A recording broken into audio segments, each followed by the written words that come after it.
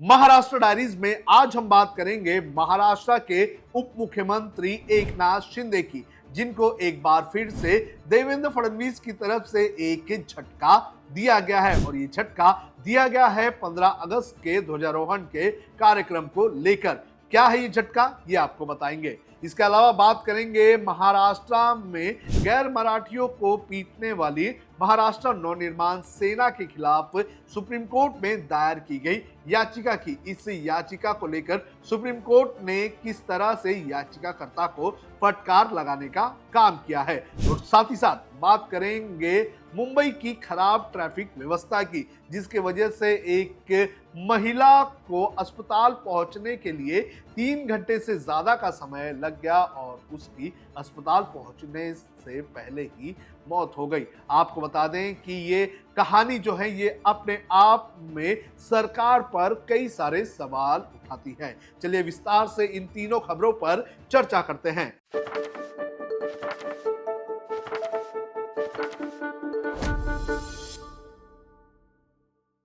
सबसे पहले बात करेंगे एकनाथ शिंदे को देवेंद्र फडणवीस की तरफ से मिले नए झटके की।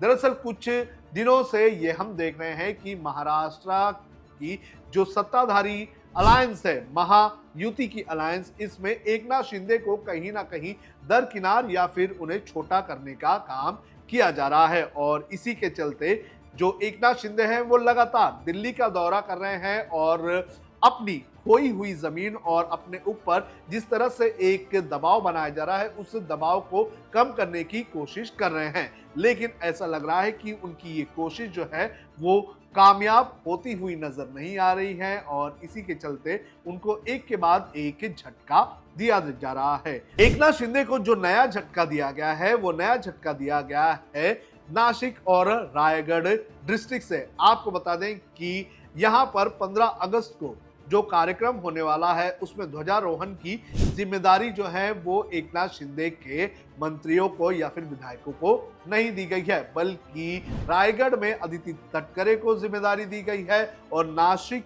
में बीजेपी के नेता गिरीश महाजन को ध्वजारोहण की जिम्मेदारी दी गई है। और इससे एकनाथ शिंदे को बड़ा झटका लगा है, क्योंकि पिछले कुछ दिनों से लगातार एकनाथ शिंदे इस कोशिश में लगे हुए थे कि रायगढ़ और जो नासिक है यहाँ पर जो गार्डियन मिनिस्टर होगा ये उनका होना चाहिए। लेकिन देवेंद्र फडणवीस लगता है उनकी इन सारी चीज़ों से वाकिफ नहीं है और या तो उन्हें इस इलाके का कंट्रोल नहीं देना चाहते हैं। आपको बता दूं कि फरवरी के महीने में जब पालक मंत्रियों की लिस्ट जारी की गई थी तो उसमें रायगढ़ में अदिति तटकरे को पालक मंत्री बनाया गया था और जो नासिक वाला इलाका था वहां पर गिरीश महाजन को पालक मंत्री बनाया गया था। लेकिन एकनाथ शिंदे उससे इतने नाराज हो गए कि एकनाथ शिंदे अपने गांव चले गए और इसको देखते हुए देवेंद्र फडणवीस उस वक्त प्रेशर में आ गए और इन दोनों इलाके के पालक मंत्री का जो पोस्ट था उसे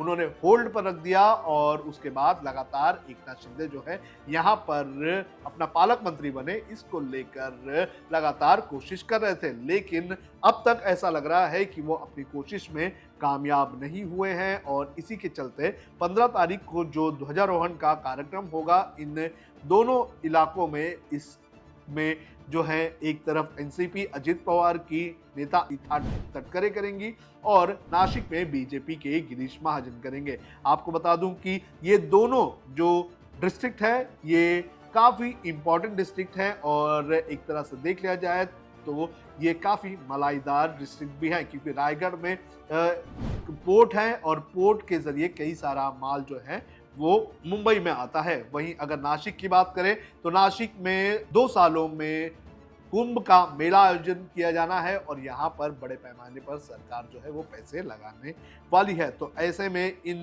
दोनों जगहों पर कहीं ना कहीं एकनाथ शिंदे दावेदारी कर रहे थे, लेकिन एकनाथ शिंदे को अब तक इन दोनों इलाकों पे कंट्रोल नहीं मिला है।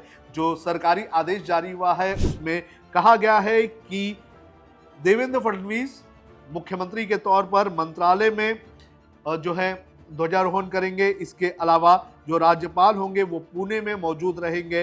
उप मुख्यमंत्री एकनाथ शिंदे अपने जो गृह इलाके हैं थाने वहां पर ध्वजारोहण करेंगे और अजित पवार जो है भीड़ में तिरंगा फहराने का काम करेंगे। हालांकि और भी कई मंत्री हैं जिन्हें मौका नहीं दिया गया। इसमें राज्य के कई जो है वो राज्य मंत्री हैं, उन्हें भी मौका नहीं दिया गया है। लेकिन जिस तरह से पिछले कुछ वक्त से हमें टसल देखने मिल रही है और एकनाथ शिंदे को राज्य की राजनीति में दबाने का काम किया जा रहा है, उससे कहीं ना कहीं ऐसा लग रहा है कि ये जो आदेश जारी किया गया है वो आदेश कहीं ना कहीं इसी ओर इशारा कर रहा है कि कंट्रोल पूरी तरह से देवेंद्र फडणवीस के हाथ में है और वो किसी के भी दबाव में नहीं आएंगे। अब बात करते हैं मनसे यानी कि महाराष्ट्र नवनिर्माण सेना की, जिसके ऊपर पिछले कुछ वक्त से लगातार भाषा के नाम पर हिंसा करने का आरोप लग रहा है। कुछ वीडियोस भी सामने आए थे जिसमें राज ठाकरे की पार्टी के कार्यकर्ता जो है वो गैर मराठियों को पीटने का काम कर रहे हैं और इसी को लेकर एक वकील जिनका नाम घनश्याम उपाध्याय है, उन्होंने सुप्रीम कोर्ट में राज ठाकरे के खिलाफ एफआईआर दर्ज करने की मांग वाली याचिका दायर की थी। साथ ही साथ ये भी मांग की गई थी कि राज ठाकरे की पार्टी को निलंबित किया जाए, यानी कि उन्हें सस्पेंड किया जाए, जिस पर सुप्रीम कोर्ट ने कड़ी आपत्ति जताई है और इस याचिका पर सुनवाई करने से सीधे तौर पर इनकार कर दिया है। इस याचिका को जब सुप्रीम कोर्ट के सामने लाया गया तो सुप्रीम कोर्ट ने साफ तौर पर कर दिया कि क्या जो हाई कोर्ट है वो छुट्टी पर है, इस याचिका को हाई कोर्ट में लेकर जाना चाहिए, सुप्रीम कोर्ट में इस याचिका को नहीं लाना चाहिए। और इसी के साथ सुप्रीम कोर्ट ने याचिका पर जो सुनवाई है उसे करने से इनकार कर दिया। आपको बता दें कि इस याचिका में राज ठाकरे के ऊपर एफआईआर राज ठाकरे की पार्टी को निलंबित करने और भाषा के नाम पर नफरत फैलाने का आरोप लगाया गया था। लेकिन सुप्रीम कोर्ट ने साफ तौर पर कर दिया कि आपको इस पूरे मामले पर अगर जाना है तो आप बॉम्बे हाई कोर्ट जाइए। तो इस पूरे मामले पर अब आगे क्या होगा ये देखना बेहद ज्यादा जरूरी है। अब बात करते हैं अगली खबर की, जो अपने आप में सवाल उठाती है हमारी ट्रैफिक व्यवस्था की। मुंबई को देश का सबसे अत्याधुनिक शहर माना जाता है, लेकिन यहाँ पर ट्रैफिक व्यवस्था इतनी लाचार हो चुकी है कि यहाँ पर एक मरीज को कई सारे घंटे लग जाते हैं अस्पताल पहुंचने के लिए, लेकिन वो अस्पताल में नहीं पहुंच पाता है। आपको बता दें कि मॉनसून के पहले बीएमसी और मुंबई की कई सारी म्युनिसिपल कॉरपोरेशन ये दावा करती है कि वो सड़कों को जो है वो अच्छी रखेगी, लेकिन पहली ही बारिश में इनकी पोल खुल जाती है। अब ये जो मामला सामने आया है ये महाराष्ट्र के पालघर इलाके से सामने आया है, जहां पर 49 साल की छायापुरम नाम की एक महिला को अस्पताल में पहुंचने से पहले उनकी मौत हो गई। दरअसल ये मामला आप सुन लेंगे तो आपके भी रोंगटे खड़े हो जाएंगे।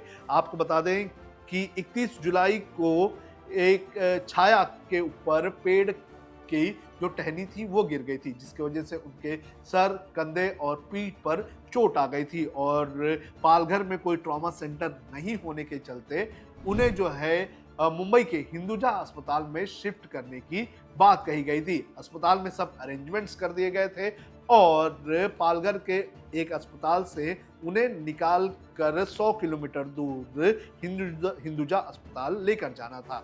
लेकिन उस दौरान मुंबई अहमदाबाद हाईवे पर इस कदर ट्रैफिक लगी हुई थी कि महज 3 घंटे के अंदर ये एम्बुलेंस महज 70 किलोमीटर ही पहुंच पाई थी और मुंबई के पहले ही इस महिला ने अपना दम तोड़ दिया। जानकारी के अनुसार लगभग 3 बजे छायापुरव को एनेस्थीसिया का इंजेक्शन दिया था और ये इस एनेस्थीसिया का इंजेक्शन कहा जा रहा था कि 3 घंटे तक रहेगा और जो दूरी थी वो दूरी लगभग 2.5 घंटे में कवर हो जानी चाहिए थी। लेकिन जब पालघर से निकले तो ये एम्बुलेंस जो है ये अहमदाबाद मुंबई हाईवे पर इस कदर फंस गई कि 3 घंटे में महज 70 किलोमीटर ही उन्होंने कवर किया और उसके बाद उनका एनेस्थीसिया का असर हटने लगा और महिला जो है वो एम्बुलेंस के अंदर तड़पती रही। फिर इमरजेंसी में उन्हें मीरा रोड के ऑर्बिट अस्पताल में लेकर जाया गया, लेकिन वहां पर उनकी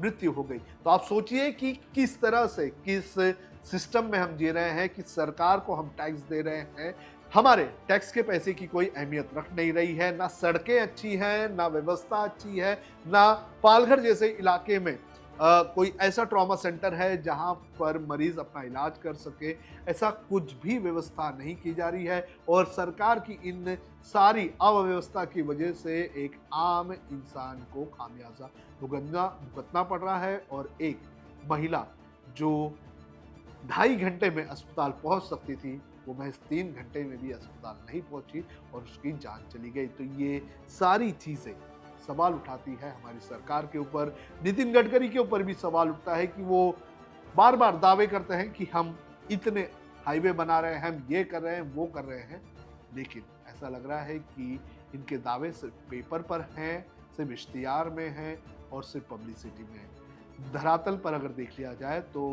इनके दावे पूरी तरह से खोखले हैं। तो ये थी महाराष्ट्र डायरीज की आज की खबरें। देश और दुनिया की खबरों के लिए आप देखते रहिए लोकमत हिंद।